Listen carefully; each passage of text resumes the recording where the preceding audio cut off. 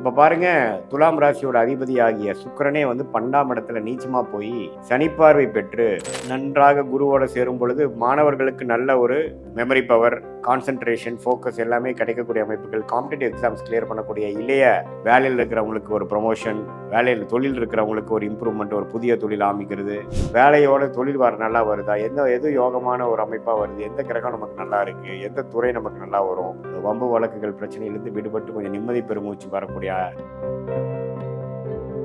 வணக்கம், நான் உங்கள் அன்பான சயின்டிபிக் வேதிக் அஸ்ட்ராலஜர் அஸ்ட்ரோரண்டி பேசுகிறேன்.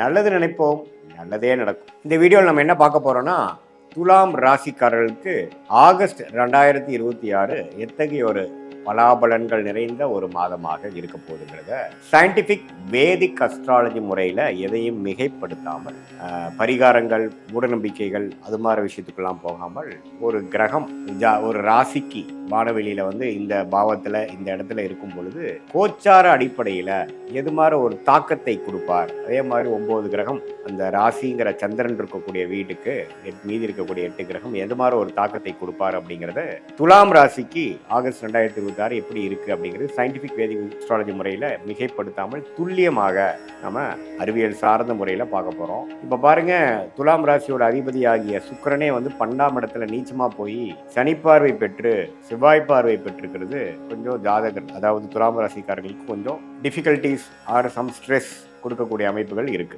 ஏன்னா ராசி அதிபதி வந்து பாதிப்புள்ளா இருக்கிறார், நீச்சமாவும் இருக்கிறார், அதே சமயத்தில் சனி செவ்வாய் பார்வை பெறுகிறார். ஸோ அதனால கொஞ்சம் பொறுமையாக எடுத்தமா கவுத்தமானு செய்யாமல் கொஞ்சம் விவேகமாக செயல்படக்கூடிய ஒரு காலகட்டமாக துலாம் ராசிக்காரருக்கு இருக்கு. இல்லை கொஞ்சம் அதிகமாக கோவப்பட்டு இன்ஸ்டிங்டிவா எமோஷ்னலா அவசரப்பட்டு செய்யும் பொழுது சில விஷயங்கள் சரியா வராது.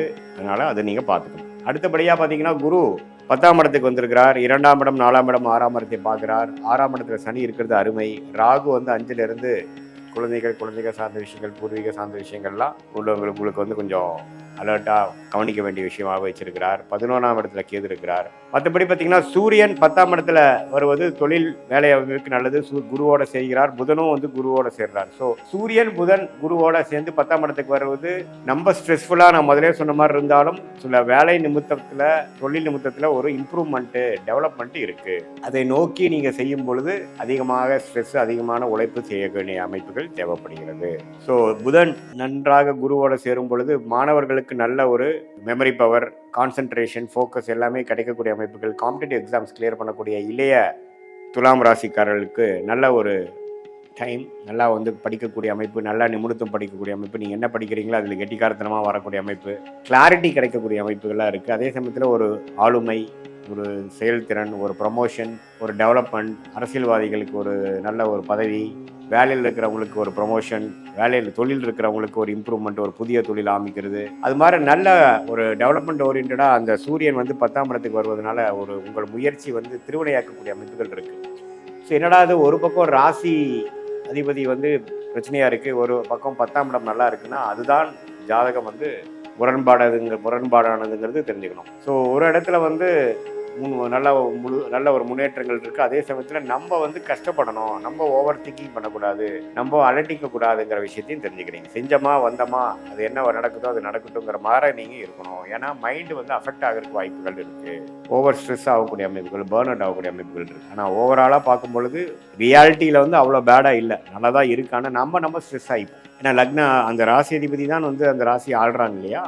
ஸோ அந்த அடிப்படையில் அப்படி இருக்குது. ஸோ அதனால் கொஞ்சம் ட்ராவலிங்கில் இருக்கும் பொழுது, வெளியில் கொஞ்சம் ட்ராவல் பண்ணுற பொழுது, வெளி மாநிலம், வெளிநாடு அல்லது ஒரு வியாபார விஷயமா, வேலை விஷயமா ஒரு இடத்துக்கு போகும்பொழுது கொஞ்சம் கேர்ஃபுல்லாக இருக்கக்கூடிய அமைப்புகள், வண்டி வாகனத்துக்கு கொஞ்சம் கேர்ஃபுல்லாக பார்த்துக்கக்கூடிய அமைப்புகள், ராத்திரி நேரம் இரவு நேரம் போகும்பொழுது கொஞ்சம் கேர்ஃபுல்லாக இருக்கக்கூடிய அமைப்புகள் தேவைப்படுகிறது. மற்றபடி பார்த்தீங்கன்னா, நல்ல ஒரு சுப விரயங்கள் செய்யக்கூடியது, பெண்களுக்கு வேணுங்கிற விஷயங்கள், குடும்பத்தில் பெண்களுக்கு வேணுங்கிற விஷயம் செஞ்சு கொடுக்கறது, அது மாதிரி விஷயங்கள் இருக்குது. காதல் விஷயங்கள் கை கூடுறது, கள்ளக்காதல், அதுலேயும் பார்த்தீங்கன்னா சிலதெல்லாம் வந்து சனி செவ்வாய் பார்வை இருக்கிறனால கொஞ்சம் நட்பாக பழகிறது, திடீர்னு ஒரு வேற மாதிரி போகிறது, அதெல்லாம் இருக்கும். கொஞ்சம் அதனால தான் முதலே சொல்லிட்டேன், எல்லாத்துலேயும் கொஞ்சம் கவனமாக இருக்கணும். நம்ம இன்ஸ்டிங்க்டுக்கும் எமோஷனுக்கு இடம் கொடுத்தோம்னா கொஞ்சம் வம்பு பிரச்சனையில் போய் மாட்டக்கூடிய அமைப்புகள் இருக்குது. ஸோ பெண்கள் விஷயத்தில் கொஞ்சம் கேர்ஃபுல்லாக இருக்கணுங்கிறது மீண்டும் நான் கேட்டுக்கொள்கிறேன். மற்றபடி பார்த்தீங்கன்னா, தொழில் முனைப்பு, வேலை முனைப்பு, அந்தஸ்தில் உயர்வு, அது மாதிரி வந்து நம்ம ப்ரொஃபஷனலாக பெட்டராக தான் இருக்குது. அதே சமயத்தில் செவ்வாய் 9ஆம் இடத்துல இருக்கிறதுனால தந்தை விஷயத்தில் கொஞ்சம் கேர்ஃபுல்லாக இருக்கணும். வாக்குவாதத்தில் ஈடுபடக்கூடாது. அவங்க ஒன்று சொல்கிறாங்கன்னா தலையாட்டிட்டு போகக்கூடிய அமைப்புகள் இருக்கும். வீண் வாக்குவாதம், நீங்கள் சொல்கிற விஷயங்கள் அவங்க புரிஞ்சுக்காமல் வாக்குவாதமாக வரக்கூடிய அமைப்புகள் இருக்குது. தந்தையாருக்கு உடல்நலம் பார்க்க வேண்டிய அமைப்பு இருக்குது. அது மாதிரி சில விஷயங்கள் இருந்தாலும் ஓவராலாக பார்க்கும் பொழுது ஓரளவுக்கு நல்ல ஒரு மாற்றங்களை கொடுக்கக்கூடிய, அடுத்து வரக்கூடிய தீபாவளி டைம்லாம் ஒரு நல்ல விஷயத்தை கொடுக்கக்கூடியதுக்கு ஒரு அடித்தளமான ஒரு ஃபவுண்டேஷன் கொடுக்கக்கூடிய ஒரு மாதமாக துலாம் ராசிக்காரர்களுக்கு ஆகஸ்ட் 2026 மாதம் வந்து வருகிறது.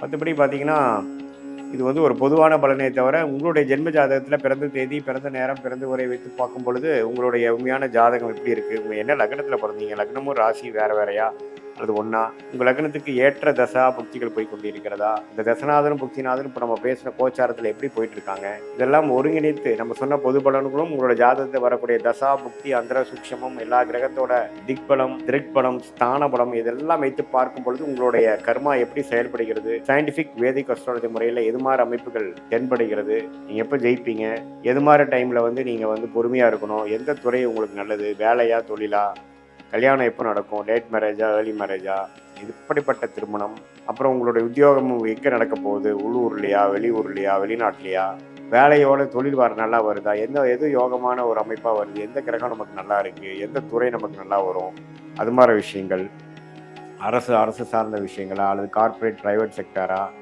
அல்லது அக்ரிகல்ச்சர் அது மாதிரி போகுதா, எது மாதிரி கேள்விகள் உங்கள் மனசில் இருக்கோ அந்த கேள்விகளுக்கு தகுந்த விடைகள் வந்து நம்ம சயின்டிஃபிக் வேதிக் அஸ்ட்ராலஜி முறையில் புரிந்து கிடைக்கிறது. அதை வந்து கரெக்டாக நம்ம வந்து பிரெயின் ஸ்டார்ம் பண்ணும் பொழுது, சாஸ்திரங்கிறது பார்த்திங்கன்னா ஒரு சயின்ஸ், இந்திய வேத ஜோதிடம் ஒரு சயின்ஸ், அதுலேருந்து பலன்கள் எடுக்கிறதுங்கிறது ஒரு ஆர்ட், ஒரு கலை.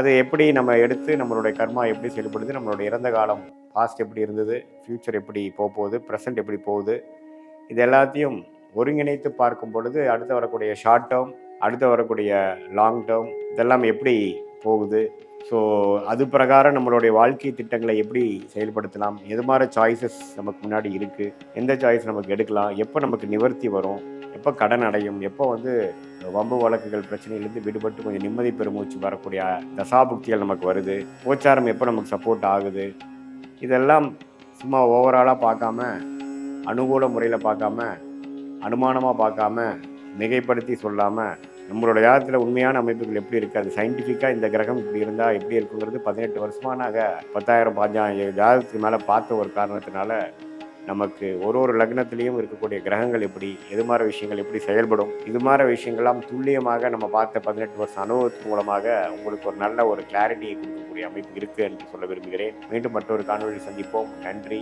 வணக்கம்.